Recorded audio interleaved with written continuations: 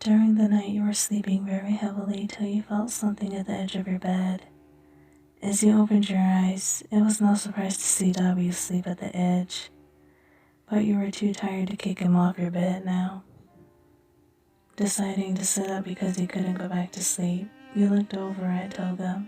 At least she was sleeping still. Not only was Dobby sleeping on your bed, when you looked at your couch, you seemed twice asleep also. At the new hideout, everyone in the league had their own room. Only you and Toga shared a room, and yet somehow, sometimes, Dobby and Twice ended up in your room at night. When you were taking a shower, that's when you heard the alarm on your phone, and you knew what that meant. Another day to work in the sun. The outfit for work was simple black skinny jeans and a short-sleeved t-shirt with a ripped black knitted sweater.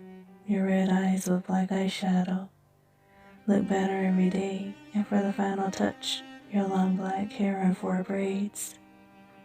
Before you left the room to the hall, Toga was holding your boots and your hat.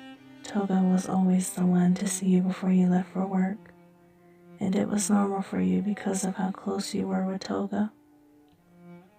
I'll be back later as usual, Toga. Don't have too much fun today.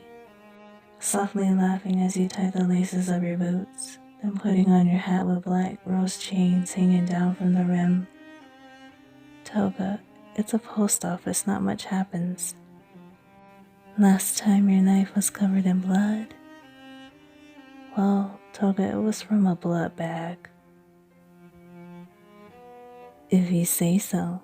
Later, Kay. You smiled at Toga again before you opened the door, then closing it behind you, then taking the stairs. Even though you were more than a high-rank villain, no one in the league understood why you had a job when you could just steal the money. All you told Toga was that you needed a routine that was normal, and Toga was okay with it, in her own way. You knew that Toga worried about you. Toga cared for you very much, only wished that you would lean on her more. Your quirk was the third weapon the league had. However, you didn't use your quirk to its full potential. Only rarely. Just let them handle this at their own pace, Toga. They're going to break if they don't use their quirk, Dobby. I may not care much, but they're not weak, Toga. Toga had her usual routine, training with Twice and Dobby, then going on to assignments. Also looking for new recruits with special quirks. Like the smile you gave Toga every day, being with you was more than satisfying for her.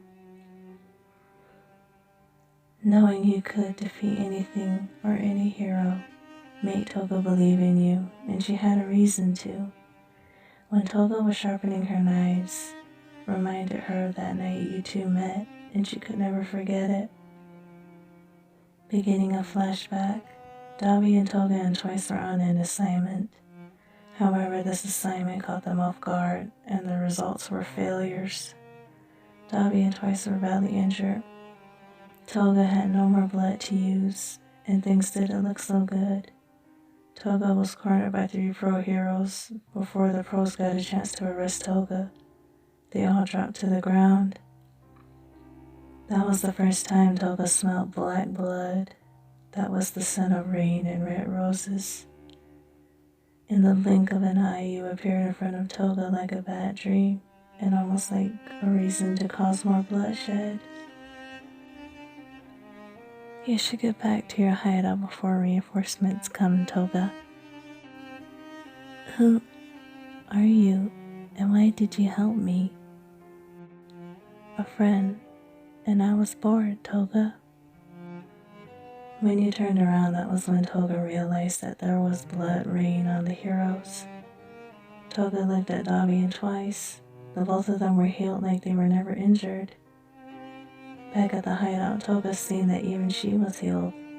And the next time that Toga seen you, it was Kurogiri who introduced you to the league. Now things seemed to become interesting with you around. The many assignments would be completed like nothing and no one in the way. When Toga got to talk to you alone, that was when you told her the weakness to your quirk. Just knowing the weakness to your quirk made Toga want to know everything about you and try to kill you in a good way. End of flashback. So ever since then, you and Toga were always together.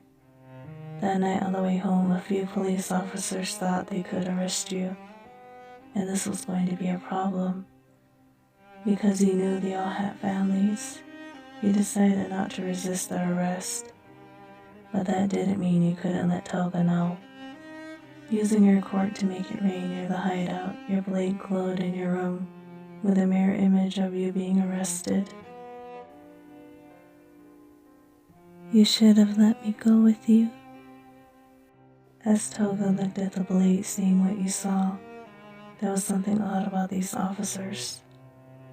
For once, Toga didn't know what to do. The people taking you away were former villains that had been presumed dead.